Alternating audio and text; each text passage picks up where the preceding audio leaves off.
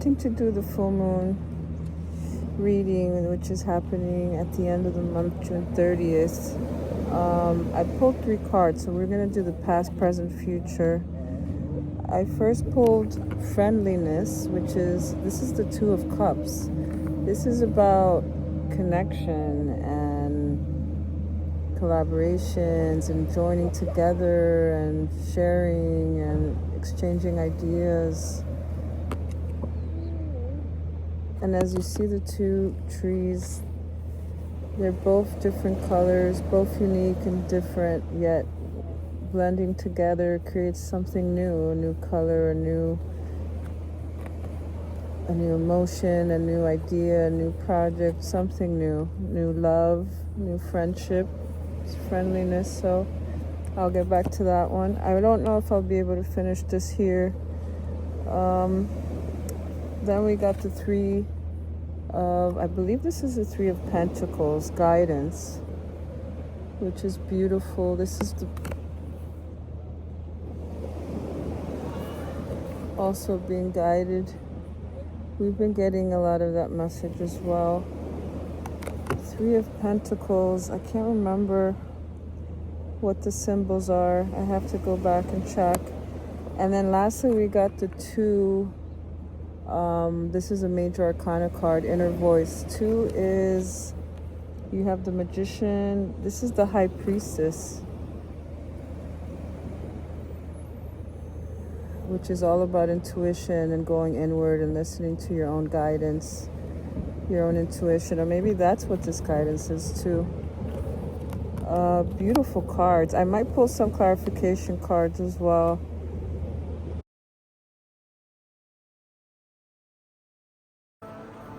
Look, you saw the birds in the background? That was so cool. The seagulls, so many seagulls and swallows. I wanted you to see the view and hear the ocean waves. So let's begin. I started recording at the beach and it was just way too hard to continue there. So we're going to do it here. Let's talk a little bit about the astrology before we dive into the cards. So the qualities that Capricorn brings to this full moon. Capricorns are very ambitious. They're very disciplined, responsible. They're always focused on the future, like very long-term goals and achievements focused. They're the 10th sign of the zodiac. So they embody the archetype of the builder, right? They're wanting to build something with a strong foundation. They're wanting to, I think the symbol of the Capricorn is the goat. So goat, the mountain goat, and they climb. They're climbers. I don't know if you've ever seen, I've seen footage of these mountain goats that are literally, I mean, I don't even know how they're climbing that, like these steep mountains, and they're just like, have the ability to climb without falling off. It's amazing. I don't know if you've ever seen that, but so there's strength there. There's determination, right? There's this steady moving up, moving forward. So we have to think about this for this full moon.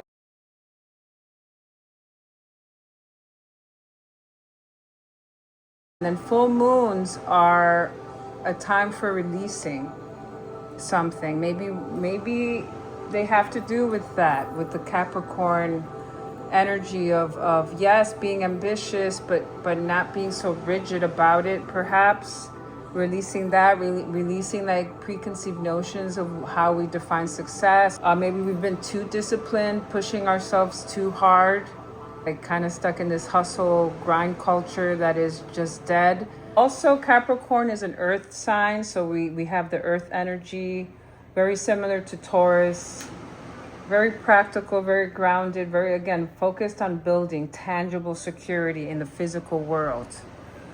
And I'm trying to see if we got any, we got this 3 of Pentacles, okay? We got this 3 of Pentacles, and that is definitely about, has that Capricorn energy. It's an earth card. It's about the material, physical world. But this is about collaborating. I mean, in this deck, it's called guidance, but it's also about coming together and working together. So it's like whatever you're working towards, Maybe that's also some of the guidance where it's like you've been doing it all on your own.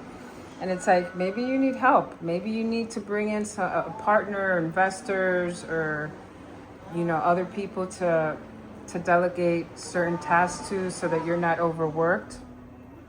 So that's something to maybe think about as we go over the astrology. Anything else that I want to mention? Capricorn's ruled by Saturn. Saturn gets a bad rap because it's like the planet that has to do with karma. So sometimes Saturn can really put us through the ringer in regards to lessons, karmic lessons. And have a respect for structure, which is interesting because we got the Rebel card. This card has been coming up so much. This card and the Receptivity card. Remember, we've gotten both these cards. I think I might pull an extra card or two to see why we keep getting these cards. But the Rebel, which is the Emperor, is definitely about structure. Yes, it's about freeing oneself of oppression and liberating oneself, our mind, our spirit, our heart. But it's also about structure. Maybe it's about restructuring our lives, restructuring how we think or view our lives, or view success, right? Because Capricorn's all about ambition and success. So maybe it's about restructuring these systems that we live by. And it rules the 10th house. And 10th house is all about career and public reputation and social status. So again, there's something around that. And maybe releasing that or restructuring that, like a reset of some sort. And then the full moon, it's just like cosmic, like reality check. It's also going to happen alongside Mercury going retrograde. That's going to happen pretty much at the same time. So we're getting an opportunity to, again, reevaluate, we've been pausing and then moving forward and pausing and moving forward. So now we're getting this other, this retrograde to kind of review, reflect, reevaluate, reassess, restructure. It creates a tug of war between the comforting emotional waters of Cancer season, because then we also have to consider that Cancer season just started, and Cancer is a very nurturing, mothering kind of archetype. It's all about the home and family and being connected, which we got some of that beautiful energy in here as well. So there might be this tug of war, this kind of conflict between that energy of like these comforting emotional energies that Cancer is bringing in, with this more like pragmatic, strict, these strict demands that Capricorn, the full moon of Capricorn, is kind of bringing into this arena energetically. So there's this like having to again restructure, reevaluate, and review, and then before we start moving forward again. And it's perfect with the summer solstice. The summer solstice was yesterday, so it's officially the beginning of summer in the northern hemisphere. And so it's like, again, we're going into this new season. And so we're getting this time to maybe relax. Maybe we can take some time off for work or spend time with the family. And nurturing yourself, nurturing others. Because then we got Friendliness, which is all about sharing and coming together and connecting, and which is implied by that card as well. Lastly, this moon is called the Strawberry Moon, which I didn't know. It's the first full moon of the summer, which makes sense. It gets its name from the traditional harvesting of wild berries, traces the lowest path across the sky, often appearing massive and tinted orange. Wow, that's beautiful. The sun is setting here. If you guys could see it. You see it in the distance, how beautiful? Look at this. Woo! Ay, Madre Divina. All right, let's start with the first card. So I rearranged the first three cards I pulled. So let's start with guidance. I'm trying to see if we could find a way to do this so you could see the card. So guidance is the Three of Pentacles. This definitely connects to the Capricorn vibe and energy. And Three of Rainbows. Interesting enough, I feel like the guidance that this is implying is your guidance, your inner voice. Because then we got inner voice. So I think that these go together for sure. Because even when I was reading the Osho description, guidance, and it's saying here, it's like, yes, there's this angelic figure here, right, guiding this person. That's us, guiding us. So we are, I feel that we are guided and protected by maybe loved ones who have passed, again, our ancestors, whatever spirits you believe in. But then there's also the guidance that lives within us, that we carry within us. If it seems like it's coming from the outside, it's really like something directing you internally. Guidance that starts from within, then directs us externally. We each have the ability to tap into this wisdom that we all carry. And so that's and this is the High Priestess, by the way. This is the High Priestess from traditional tarot. They're both let's look at the images. They're both very ethereal. Here you have dolphins, water, which also kind of connects to the friendliness card, because dolphins are friendly, they're sociable, they're social creatures. They're loving and, they're very playful. So there's also about this playfulness about not taking everything so seriously, which again is like this guidance for us to balance out this Capricorn energy that wants to take everything seriously and have structure and just work and stay, focused on results and outcomes and achievements. So perhaps it's also to lighten that up, to lighten that load up, that way of operating. What else do we have here? We have the crescent moon. And the moon is associated with intuition, right? It's intuition going within. The moon illuminates in the darkness. And you have this beautiful woman who has this face that lives inside her. I feel like it's her higher consciousness, her higher power that's guiding her always. Water, also which goes with the receptivity card, right? Staying open to guidance, staying open to your own, because guidance can also come through dreams, and that comes from within you, right? You're processing certain things that you've experienced, keeping track of your dreams at this time as well. Trust your inner voice. In order to trust your inner voice, you have to make time to listen. You have to make time to listen and to have the space and the stillness to do that, to remove distractions. So, you can dedicate a certain time of the day. So if you are working with dreams, you can maybe start in the morning and have a slow start to your morning and reflect. As far as the Three of Pentacles is concerned, it does have a little bit of a distinct meaning. And again, I think it goes with the friendliness card, because the Three of Pentacles is about teamwork, it's about collaborations, it's about learning. So maybe the guidance too, this inner voice, is about learning something about yourself, uncovering something that's been more internal and, hidden, something in your psyche, in your emotional world. But it's also about implementation.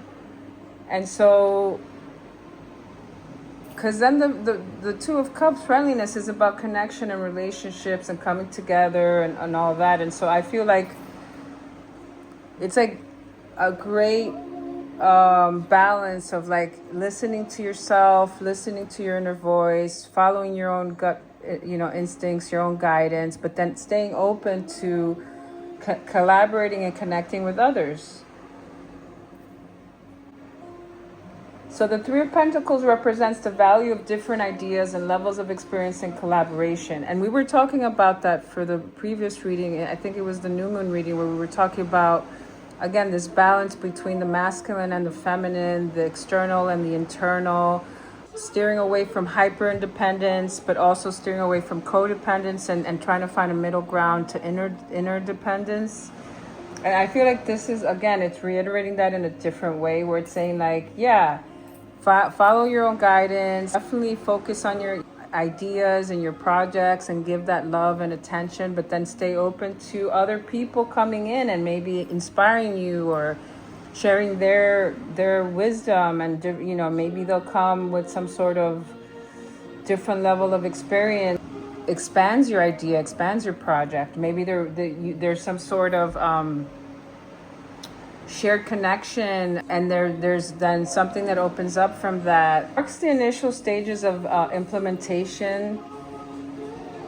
So yeah, what you want to create, you have to lay out the plans, gather your resources. Or resources also can be about that. Resources is not only financial, it's not only money, it's also people, like networking or meeting other people, or you know, if you're in a specific field, it's like putting yourself out there, going to certain conferences or certain gatherings and like meeting with other folks, like-minded folks. And it's also about the way resource can also be the way you resource your time. How are you using your time efficiently, effectively? How are you prioritizing your time?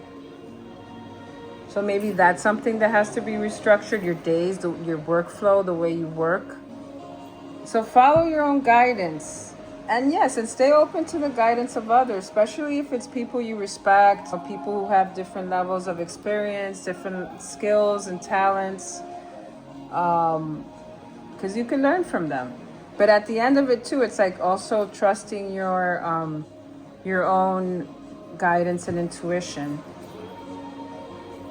All right, let's move on to, let's go to the inner voice. I want to expand on this a little more in regards to the High Priestess symbolism. Priestess is all about intuition, sacred knowledge, the divine feminine. We have some divine feminine energy here again with the receptivity card. The subconscious mind. And then as far as the inner voice card, I like the way they wrote this. Philosophy behind this card is also, it's about, we think of voice, we think of a speaking voice, but this voice doesn't speak. It actually exists in a profound state of silence. So that's what I was mentioning before, where in order for you to tap into that and connect to that inner voice, that presence within you, there has to be some level of silence. You know, it's like this quiet knowing that emerges only after you kind of quiet your conditioned external voices, which usually come from the mind, right? From the ego, from the mind. External voices that are really our conditioning are imposed on us from an early age through society, through family, through culture, through our own fears, right? Through our own lived experiences because of things that have happened before. We've gotten hurt, we've gotten betrayed, bullied, whatever bad experiences we've had, or painful, I don't want to say bad, but painful experiences we've had, you know, then we condition ourselves to maybe expect those things, right? And that impacts the way we view life and our perception of things, situations, people, conditions. And that's not the voice this inner voice is not connected to that. This is something completely different. So silence over sound. I mean, part of my reason of coming here was firstly because of my ancestry. I years ago, a long time ago, I started getting interested in tracing back my lineage. And I'm Dominican, and I knew, you know, obviously Dominicans, a lot of Caribbean folk are mixed. We're a mixture of European, African, and indigenous blood. Taino blood, and but I wanted more specifics, you know, and so I have ancestry from Spain and from Portugal. And so I've been to Spain. That was a beautiful trip. And now I'm in Portugal. And that was one of the reasons. But also because I wanted to remove myself from familiar surroundings. And being in a country where I don't speak the language is helpful for me to get out of my own mind and to just, you know, just be fully present. And to listen to my inner voice away from school and the academic world that I just went through. I was immersed in for 3 years. You know, American culture, my Dominican culture. I was back home in New York City, all that stuff. So it's just like I wanted to kind of remove myself from all that in order to have the space to connect to my inner voice. I mean, I know not everyone has the luxury of doing that. So maybe it's just finding time again in your day, on your days off, going out into nature. Maybe finding time at home when the kids are away. Be asking for that time. Hey, I need you know, the morning so that I can meditate or focus on myself and whatever that may be. So it's like making the time for that. That archetype is really about the subconscious mind. So maybe also it's about clearing these conditionings that are in our subconscious mind. Maybe it's clearing these ideas that started in our childhood, right? These ideas that kind of maybe limit us. These ideas that are not even ours, right?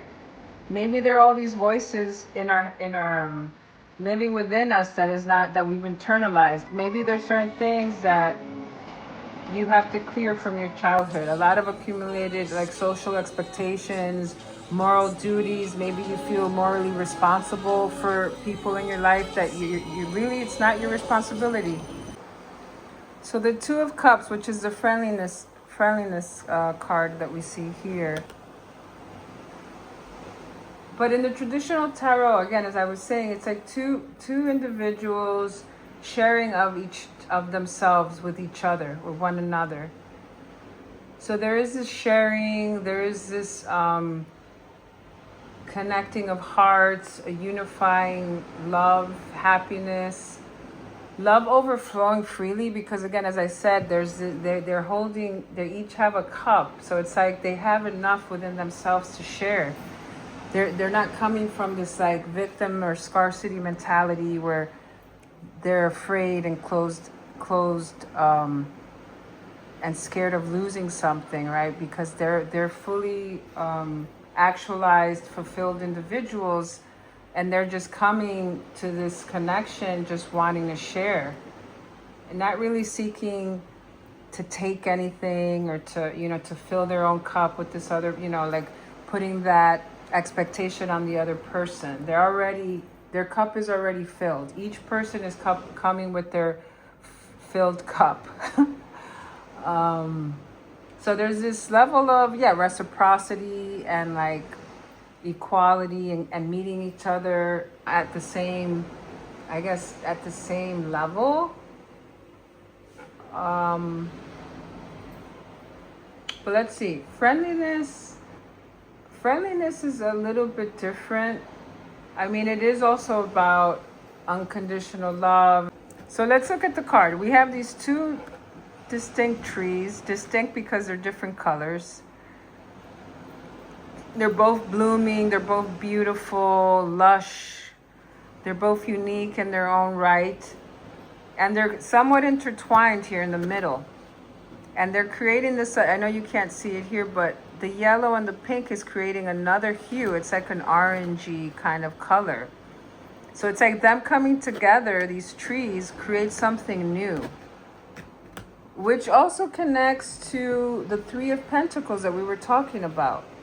Collaborating, right? Collaborating, people coming together, bringing their own experiences and skills, and through that, it creates something larger and something greater than they could have done on their own.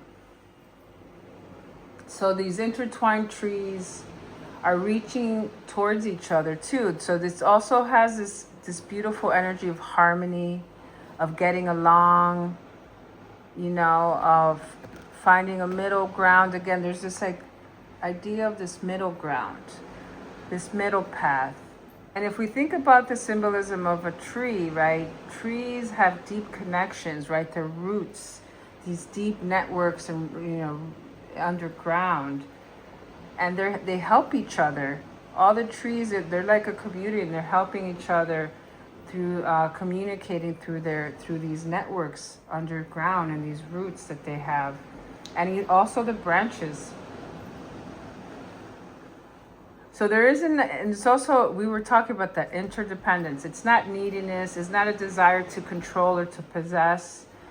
There's no urge to want to change the other person. That if we do, even if it's not romantic, if we do come together to collaborate with others, to work with others, if we're thinking of teamwork, if we're thinking of work environments, whatever it might be, even working with clients, whatever kind of clients you have, it depends on the field you're in, the work environment you're in. And we're only there to guide them, really just to kind of hold space for them and to help them guide themselves, help them feel safe enough to start exploring that, what that feels like, what that looks like for them.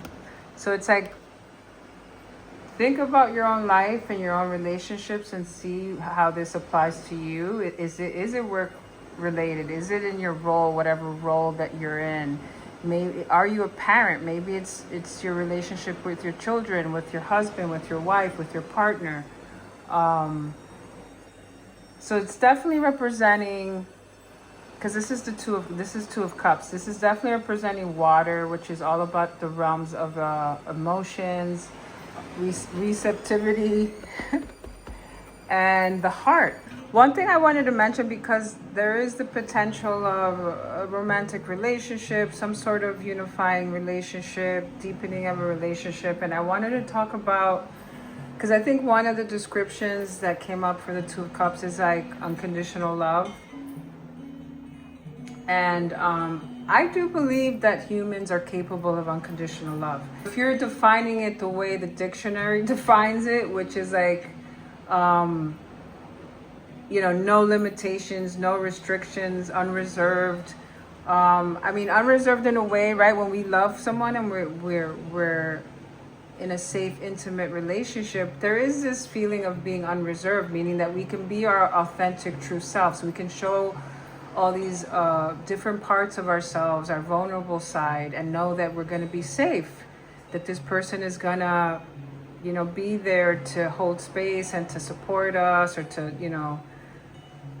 to work through things. And what unconditional means is that, yes, it's going to be imperfect. It doesn't have to be perfect, and there still has to be boundaries, and there still has to be some level of, an agreement or agreements between both parties, both individuals, or maybe if it's in a group, right? There has to be agreements that you come up with together. So in practice, it doesn't have to also require perfection. So when I think of unconditional love, what happens with that, right? Since we're not perfect, unconditional love can be translated into forgiveness. That's a form of unconditional love, right? When you're able to show up for that person and work through certain things and ask for forgiveness or give forgiveness back. If the person is really showing up and taking accountability and taking responsibility and willing to honestly repair whatever rupture happened, right? Get help, go to couples therapy, go to whatever kind of, support that you need, getting some sort of mediator or some sort of support that can help you come to this place of forgiveness and repair. Compassion is a form of unconditional love, when we're able to show compassion for another person, even when they've hurt us, right? Or showing compassion for ourselves.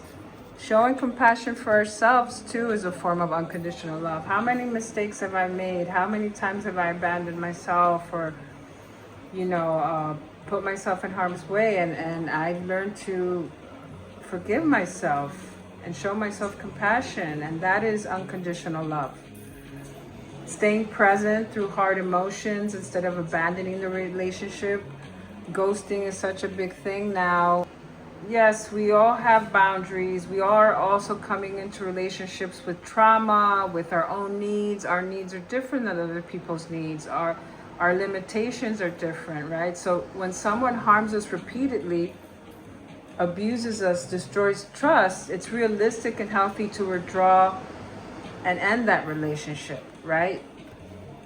So it's not like, again, it's not like, oh, I love him unconditionally, so I'm just gonna accept this. I'm gonna accept this abuse and I'm gonna, put myself in harm's way. No. I've experienced that with some friends where they were incapable of really meeting with me and talking about things that happened, and instead it was easier for them to avoid having the hard, difficult conversations, right? But then it also shows that it has nothing to do with you. That's their own limitations, right? Their avoidant behavior and not being able to acknowledge and take responsibility for their actions and choices and how that impacted you. Accepting parts of someone you don't control or understand. I've had to do that, right? There's people who have mental health issues, things that they really, that impacts the way they relate. There are people with bipolar disorder and other, dementia. I've worked with older adults where they start losing their memory and their cognition, and it's like, you have to accept that. You have to accept their limitations, and maybe I know with people who have dementia and Alzheimer's, they can sometimes get violent or irritable and things like that. And again, this is something that they can't really control and that you can't control. And so there has to be some level of unconditional love, right? This is a person that a family member, a husband, maybe a partner that you've been with for so many years. That requires a lot of deep unconditional love. So I feel that we do have the capacity for that, but it starts with us understanding ourselves, with us loving ourselves and healing our own wounds and traumas and conditioning and all that. And hopefully the other person is able and willing to do that same work alongside with you. And so that's what I wanted to mention for this card. All right, let's wrap up this reading. We got the Receptivity and the Rebel card again. These cards have been popping up numerous times previously. So, and again, they balance each other so well, because the Receptivity card, which corresponds to the Queen of Water, Queen of Cups, is all about this pure openness. Again, we've been talking about openness with the Friendliness card. Even, I think it goes with openness with the guidance and inner voice, like staying open to your own guidance, right? So that Receptivity comes in for that. It symbolizes emotional, yielding qualities of water, right? Water flows. Water, but water can take so many different forms, right? It could solidify. We think of ice when it's frozen. It can be strong. That's a strong, force too. It could, if you think of big bodies of water, like a river rushing down, like these rapids that you see, that has a lot of force in it too. But it's also yielding at the same time, which is interesting. Drops of water, if something is a drop of water is constant, it can eventually break through any, like a hard surface. Also, when you boil water, right, vapors, it starts boiling, and so water is very malleable, and in that way it's yielding. It has a yielding quality. So it's about allowing yourself to be immersed in this flow of life without interfering with this aggressive, busy mind. So I think for this full moon in Capricorn, we could have the tendency of leaning into that Capricorn energy that's very go-getting and kind of aggressive and outwardly focused. So it's also about balancing that out. And if you see, she has no head. This is a body reaching up, 2 arms. She's nude as well. Again, she's almost like becoming water. She's becoming like the water. And so the fact that she has no head represents the suspension of any busy, logical mind, ego thinking. That's pure receptivity, when you're able to kind of receive things without involving the mind, the logical mind. So it's about trusting in this receptive journey rather than this masculine aggressive pursuit. It's an invitation to open your doors to whatever the universe brings to you without demanding answers or direction. And I feel like that goes perfectly with this inner voice and guidance card. And now, how does the rebel play into this? Let's see. The rebel is about spiritual independence, inner power, breaking free from societal conditioning. So it could represent the shadow aspects of Capricorn, maybe, right? This aggressive energy to control, to obtain, but in its beautiful light, in its light aspects, it's all about spiritual independence. So maybe this friendliness and this coming together and this Two of Cups, or this collaborating with others, is about people coming together with their own spiritual independence intact, right? Not with this neediness, not with these demands, not expecting others to meet all our expectations and needs. But it's also being aware and conscious of our own conditioning, right? And how that comes into these relational situations. And it's about someone who's willing to take full responsibility of their lives. And in doing so, they take responsibility of their relationship. So if you do fuck up, it's like, hey, I messed up, you know, I'm sorry. I lied to you because I was afraid of this and this and that, or I acted in this way, and taking accountability for your actions. I've had to deal with that in my life, where people constantly, you know, came into my life, took what they wanted, treated me, you know, I was this person who always constantly put other people's needs before mine, and always wanted to accommodate, and like, because that's what I felt I needed to do in order to get my needs met, or to get love or attention or affection, or feel worthy of love, right? And so I kind of took that back. I took that back and took responsibility for how what I allow in my life, you know, setting boundaries and speaking up, and just speaking, even knowing what my needs were, and communicating that to others. Again, taking responsibility for your life in all aspects, you know, your emotional life, your physical, taking care of your physical life, your mental. It takes effort, and it takes practice, and it takes devotion on your end. It takes self-love. So the figure in the card is the master of their own destiny.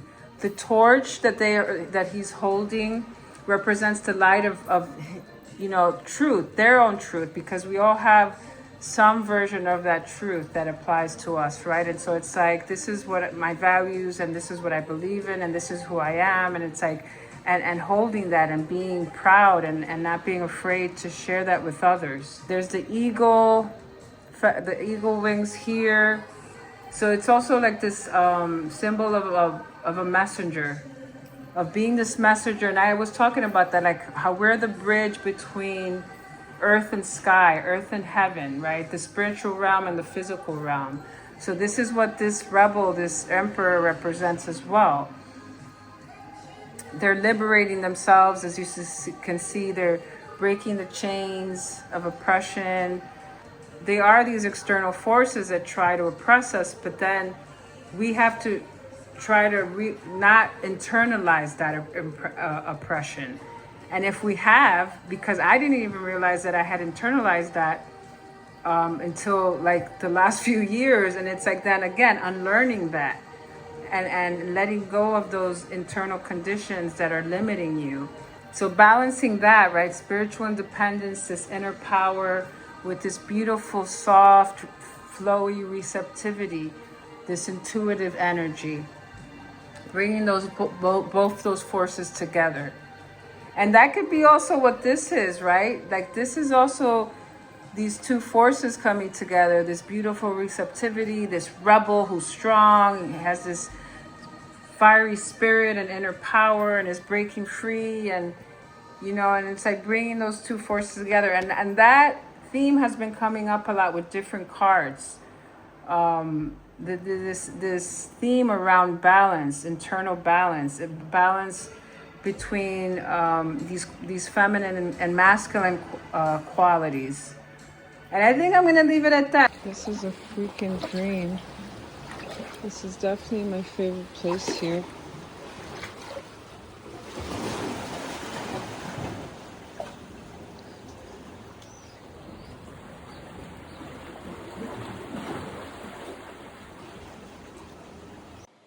Thank you for watching. If you like the content, please like, share, subscribe. Wishing you all a beautiful full moon in Capricorn. Bye.